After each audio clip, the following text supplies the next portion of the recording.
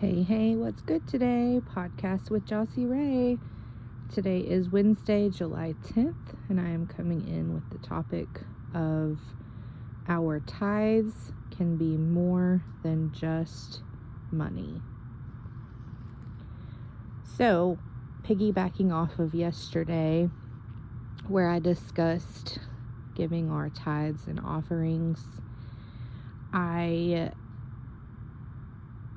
wanted to speak more on tithing. So, tithing does not just have to be monetary. Our tithes can be from giving back our time. Our tithes can be visiting the elderly. We can take care of chores at our church grounds, or for instance, at our church we have a third Sunday meal, and afterwards there's a lot to clean up, and so me and my older girls and my mom, we always stay back and we help the lady that has been hired to take care of the church. Every week we help her do cleanup, and that is washing dishes, wiping the tables down, sweeping, mopping, that sort of thing. And even like when the elderly ladies are carrying out their dishes from after church, holding the door and then helping them get their things into the back of their car. There's so many different things that tithing can involve. Reaching out to the needy. It does say in the Bible that we are to clothe the poor and feed the hungry. So, seeking out someone that genuinely needs help, clothes, or maybe they need help with a bill being paid, or excuse me, maybe they're hungry and you could assist them in getting them some groceries or buying them a meal at a restaurant. Tithing can be much more than just money. Some people don't have money to give, but you can always give your time and your efforts. For instance, we do have a food giveaway at our church, and we have cars come through and we pass out food. That can be considered tithing, helping load the boxes.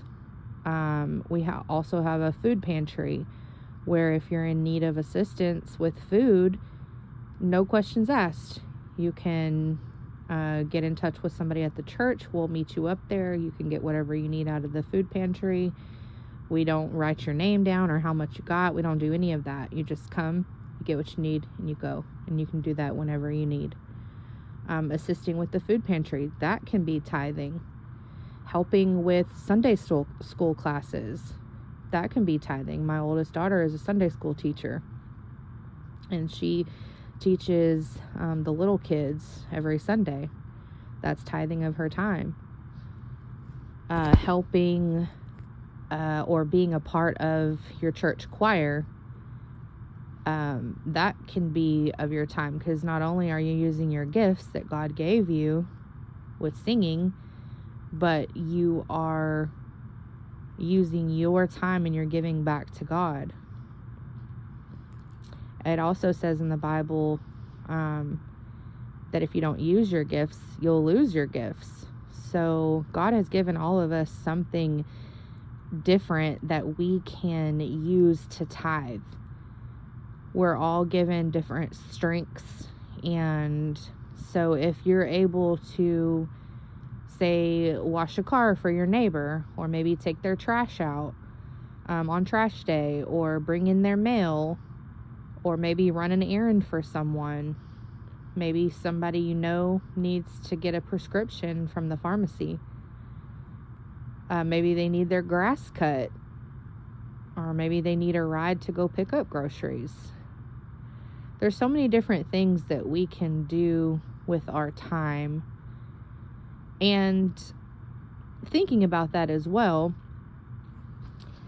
for me, and I know for some people that get tired of the social media where we're locked in and we just feel like it's just a daily thing where we just scroll and we just get overwhelmed with different platforms. If you find other things to do with your time rather than staying on your phone and scrolling and maybe being locked into your computer or the TV, giving of your time can help eradicate those things to where you feel like you're serving your purpose. And in reality, you are. So, for anybody that may not be able to give monetarily, you can always give back to God through your actions. Maybe if you can't go anywhere and you have a phone, maybe you could pick up a phone and you could call somebody that may need some uplifting, or that maybe you haven't heard from, or that they haven't heard from you in quite some time, and maybe just cheer them up, give them a call and ask them how they're doing. You never know how far that could go. And then maybe if you don't have a phone, you could write a letter to someone. And if you don't have a stamp, maybe you could write something nice and stick it in someone's mailbox. There's so many different things and so many different ideas if you really just think about it and you think outside the box. There are really no excuses to be had, because we can all help in different ways. And by doing that, we are forming a community as well. We're making the world a better place by doing one small act of kindness, which then can be a tithe. So I just wanted to speak on that as well, and just in case anybody was, wondering, well, how can I do this if I have no money, or that type of thing. There's always a way. And if the long list of ideas that I listed today hasn't helped, then message me and we can talk about things. I'd love to brainstorm together, and maybe you'll give me some ideas that I haven't thought of as well. All right, well, until the next time, I hope everybody stays well, stays blessed, and thank you for tuning in with Talks with Joss. Have a good day. Bye-bye.